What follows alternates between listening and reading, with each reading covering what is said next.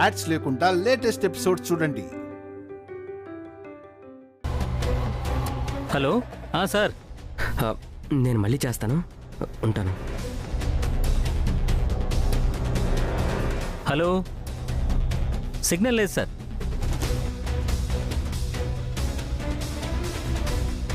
అర్థమైందిలేండి. మీ నాన్నగారి మాట వినేసరికి మీ గొంతు మూగబోయింది. అక్క, ఇప్పుడు హ్యాపీయేనా?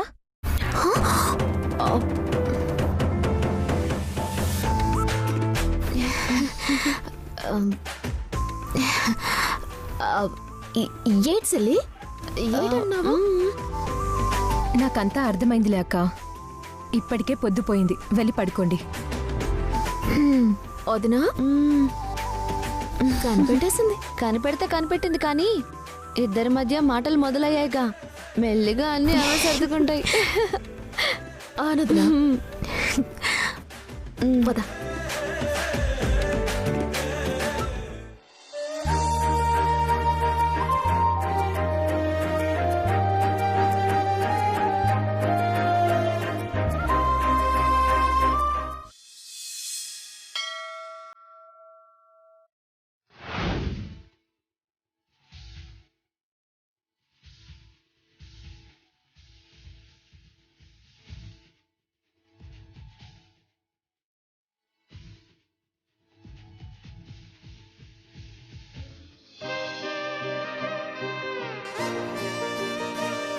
అతను బిల్ అయిపోయిందిగా. చెల్లి, అక్కడ చట్నీ కావాలంటే చూడు పో. వచ్చేస్తుంది.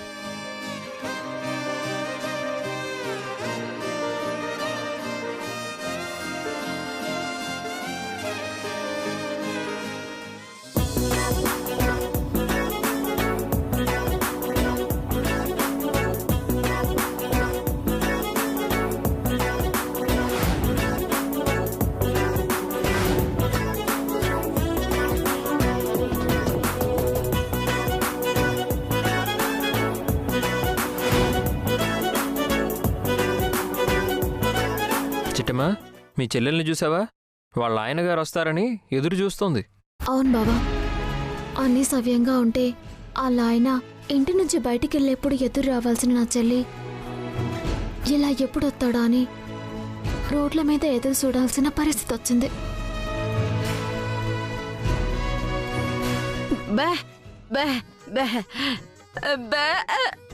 ఏటమ్మా, వర్మ ఈ దారిని వెళ్తే అతను ఆపేతావా?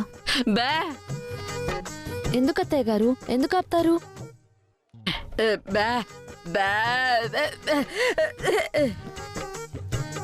ఓహో, వర్మని అతన్ని కలపడానికి ఆపుతావా? ఎలా ఆపుతారు అత్తయ్య?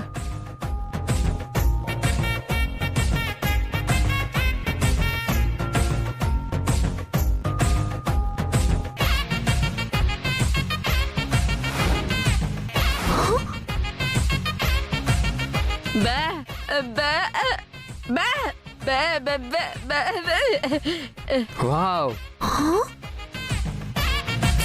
అమ్మా, అలా కారుకి పంచర్ వేయటం తప్పమ్మా. తప్పే ఉంది చిట్టి. వర్మ మనసు మారాలన్నా, లతకు దగ్గర అవ్వాలన్నా ఆ అబ్బాయి నాపక తప్పదు. అత్తయ్య గారు, మీరు ప్రొసీడ్.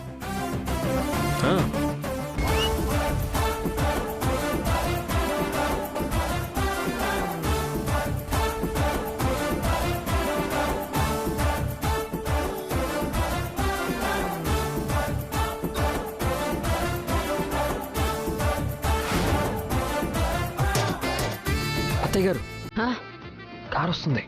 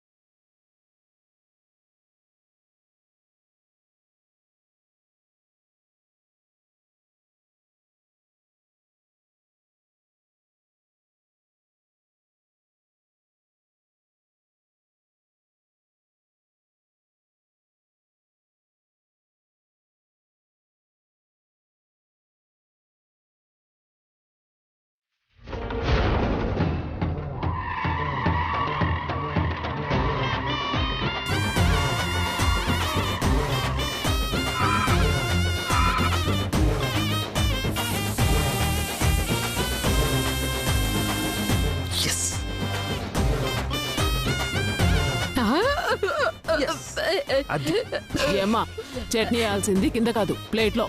సారీ అండి.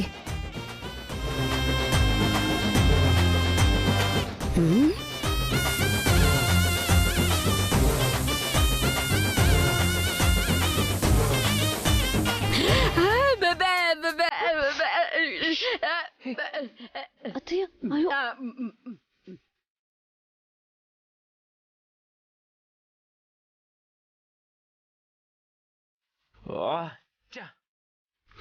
ఏదో పంచర్ ఇప్పుడే పడాలా?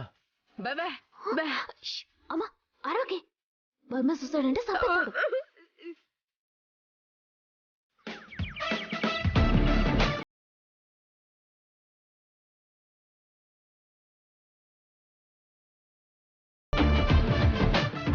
అచ్చో బావా, ఏంటి చిటి? బర్మ కార్కి పంచర్ పడినట్టుంది బావా. అవును చిట్టమ్మా, అసలే ఎండ, పైగా రోడ్డు కూడా కాలిపోతుంది. ఇప్పుడు పంక్చర్ వేయడం కొంచెం కష్టమే. అవును తమ్ముడు, ఎవరైనా సాయం చేస్తే తప్ప వర్మ టైర్ మార్చలేడు. ఎందుకు మార్చలేడు? దగ్గరలో మెకానిక్ షాప్ ఉంటే వెళ్ళి తీసుకురావచ్చు కదా. దగ్గరలో షాప్ లైన్ లేవు లత. కనీసం 5 కిలోమీటర్లు వెళ్ళాలి. పైగా ఈ రోడ్లో ఆటోలు కూడా రావు. అన్ని కిలోమీటర్లు ఎండలో వెళ్ళి రావడం అంటే చాలా టార్చర్, కష్టం అనుకో.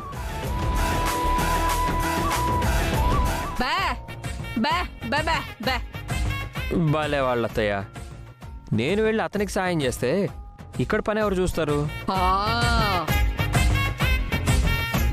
బావా, అంతగా కావాలనుకుంటే నీ పని నేను చేస్తాను. కొంచెం వెళ్ళి సహాయం చేయి బావా. ఆహా, వద్దు లత. అంతగా కావాలంటే నువ్వెళ్ళు, మీ ఆయనే కదా. అంటే ఏంటి, మా చెల్లి వర్మకి సాయం చేయదనా మీ ఉద్దేశము?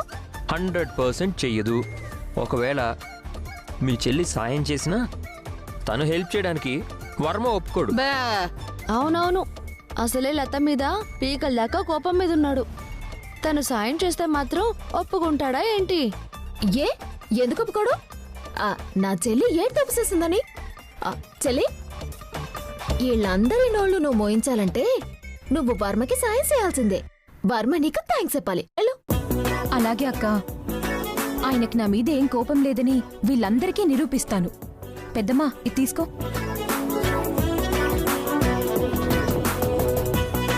బావా, చూసావా నా చెల్లి పౌరుషంగా ఎలా అవుతుందో? మరి అలా వెళ్ళడానికే కదా మనందరం కలిసి రెచ్చగొట్టాం. ఇప్పుడు మనందరం మన పనులు చేసుకున్నట్టే యాక్టింగ్ చేద్దాం. లేదంటే వర్మ చూసాడంటే కనిపెట్టేస్తాడు. అలాగే చిటి.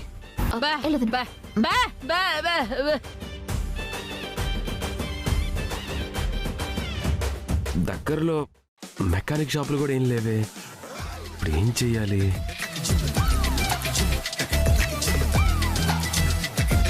చేయడానికే ఉంది, మనమే పంచర్ వేసుకుందాం.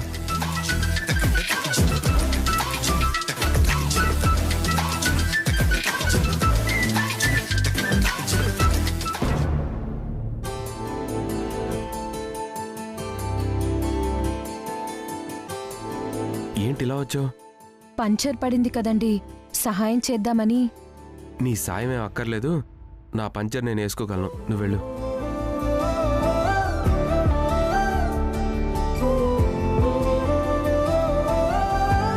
వెళ్ళమంటే అలాగే చూస్తావేంటి?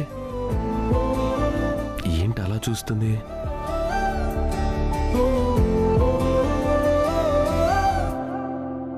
ప్లీజ్ నన్ను ఇబ్బంది పెట్టకే. వెళ్ళు వెళ్ళు, నీ పని చూసుకో, నా పని నేను చేసుకుంటా.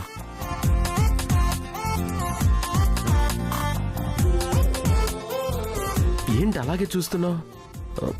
నాకు చాలా అనీజీగా ఉంది, అలా చూడకు. నీకేం కావాలే? టైర్ మార్చడానికి హెల్ప్ చేస్తానంటావు అంతేగా? అమ్మయ్యా, ఇప్పటికైనా మాట్లాడావు, నాకు అదే 10,000.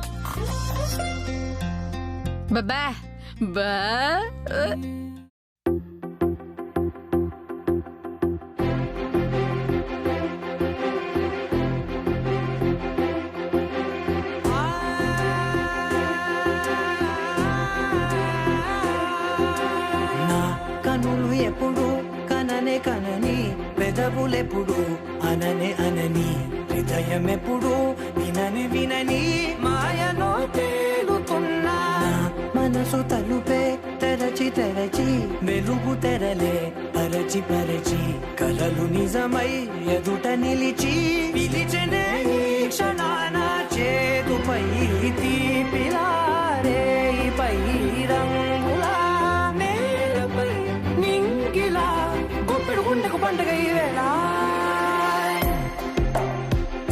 బావా మరిది గారు దారిలోకి వస్తున్నారు. అవును చిట్టమ్మా, పెళ్ళం తలుచుకుంటే మొగుడిని దారిలో పెట్టుకోవడం ఎంతసేపు? ఉమ్, ఈ మాత్రం రొమాన్స్ ఇంట్లోనే జరుగుంటే ఇల్లు దాటి వచ్చుండేవాళ్లే కాదు. చాలే, అదే రొమాన్సింగ్ కాదు, ప్రేమ. అబచ్చా, మాకు తెలియదు మరి.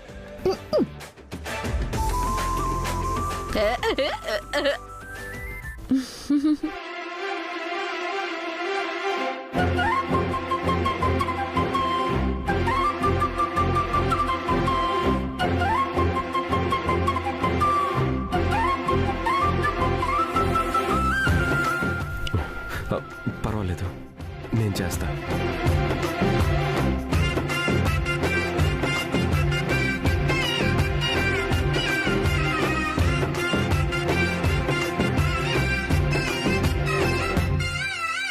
నన్నే నేనే కలిసానో ఏమో నాకే నేనే తెలిసానో ఏమో నీలో నన్నే చూసానో ఏమో నాలా నేనే మారానో ఏమో నా గతంలోని కథంతో నీ గతంలో నా కథంతే ఓ క్షణం పెంచిన గుండెకు గుండెకు పండుగ. పర్వాలేదు,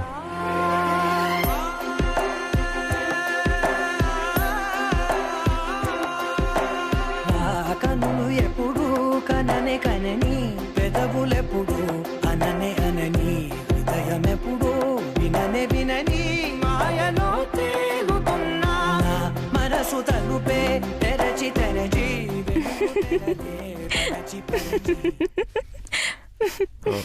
ఎందుకు నవ్వుతున్నావు? మొహానికి ఆయిల్ అంటింది. మరి నవ్వుతావెందుకు? తుడవచ్చు కదా. ఇంతకు ముందేగా వద్దన్నారు. అది ఆయిల్ అని తెలియక వద్దన్నాను. ఇప్పుడు తుడు. మ్మ్. నా కళ్ళలో కొత్త నీలి రంగు పొంగెనే అవి నిన్ను చూసినప్పుడే. నా చెంపలో కొత్త ఎరుపు రంగు పుట్టినే నువ్వు నన్ను చూసినప్పుడే. అచ్చ బాబోయ్, మరిది గారు దారిలోకి వచ్చేస్తున్నారు. ఆ కళ్ళల్లో కోపం పోయి ప్రేమ పొంగుకొచ్చేస్తుంది. అవును చిట్టి, ఈ ప్రేమ ఇలాగే శాశ్వతం అయితే ఎంత బాగుండు. ఇద్దరూ హ్యాపీగా కలిసిమెలిసి ఉంటారు.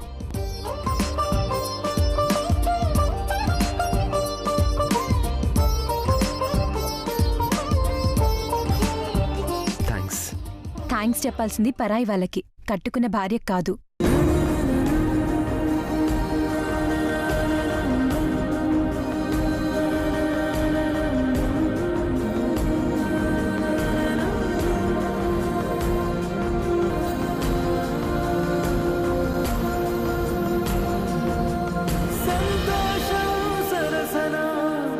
సంకోచం మెరిసిన ఆరింటికి మించిన పరవశలీలను కాదని అనగలమా. కథ కదిలే వరసన తమ ఎదలేం తడిసిన గత జన్మల పొడవున దాచిన దాహము ఇప్పుడే వీరికి పరిచయమా.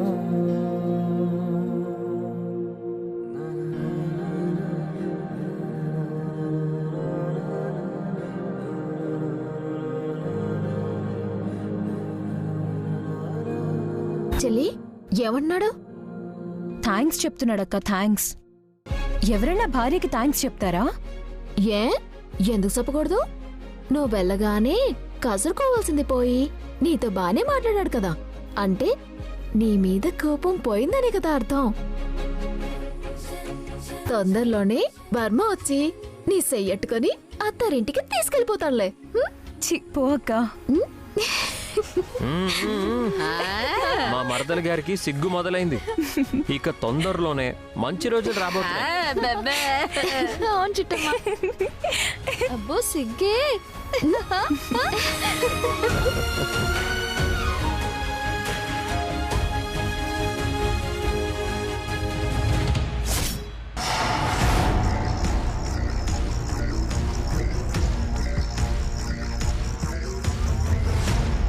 అమ్మగారు చూసారా, ఆ వర్మగాడిలో మార్పు మొదలైంది. మీరిలాగే వదిలేస్తే ఆ లత తిరిగి కాపురానికి వెళ్ళిపోద్ది. నేనుండగా అది కాపురానికి ఎలా వెళ్తుంది? మీ నాన్నకి చెప్పి ఎస్ఐని పిలిపించమని చెప్పు. లతా వర్మ ఎలా కలుస్తారో నేను చూస్తాను. పద.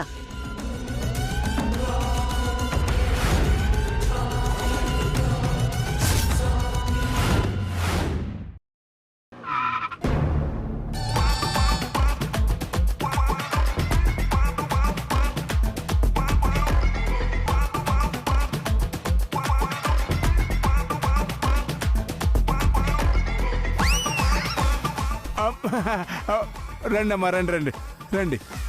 మీకు ఇష్టమని ఇడ్లీలు, వడలు, ఉప్మాలు 3 రకాల టిఫిన్ ఐటమ్స్ రెడీ చేశానమ్మా. నానా నానా నానా నానా లేగు నానా.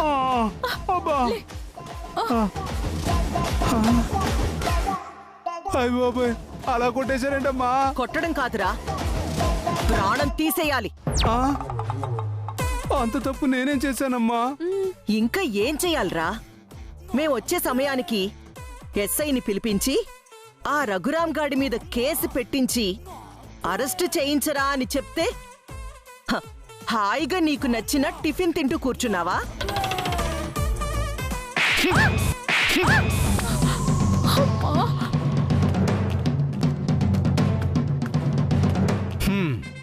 నన్ను కొడతావేంటి నాన్న?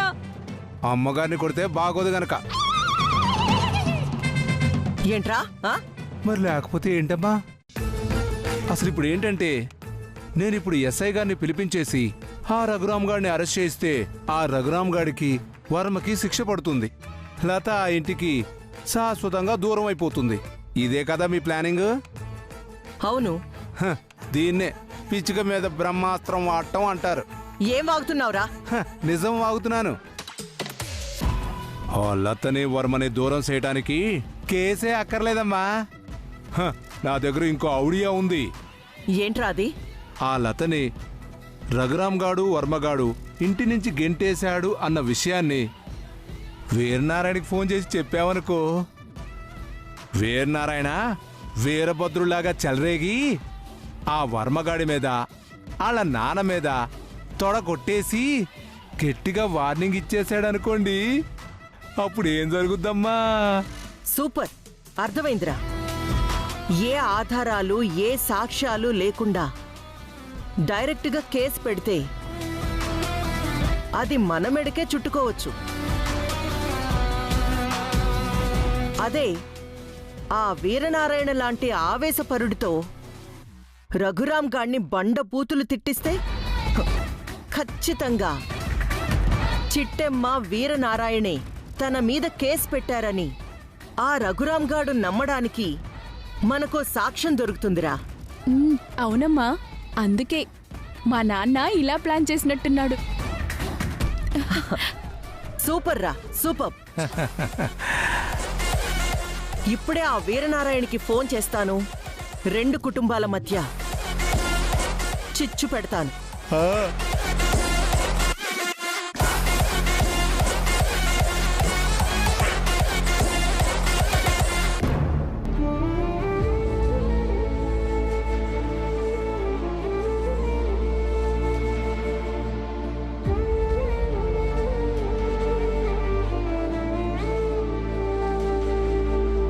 రఘురాంగాడు, వర్మగాడు లతని ఎన్ని మాటలన్నారో, ఎంతగా అవమానించారోనని నా మనసు ఒకటే పీడిస్తుందిరా.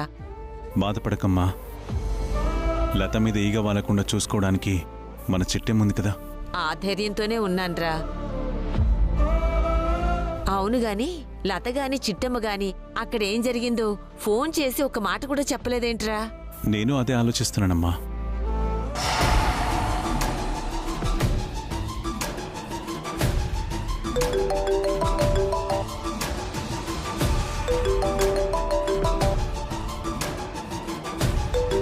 కాంతమ్మ ఫోన్ చేస్తుందేంటి? ఆ రాక్షసి ఫోన్ చేస్తుందంటే ఏదో చెడు వార్తే మోసుకొస్తూ ఉంటుంది. ఏంటో అడుగు. హలో. అయ్యో వీరనారాయణ గారు, అన్యాయం జరిగిపోయిందండి, ఘోరం జరిగిపోయిందండి.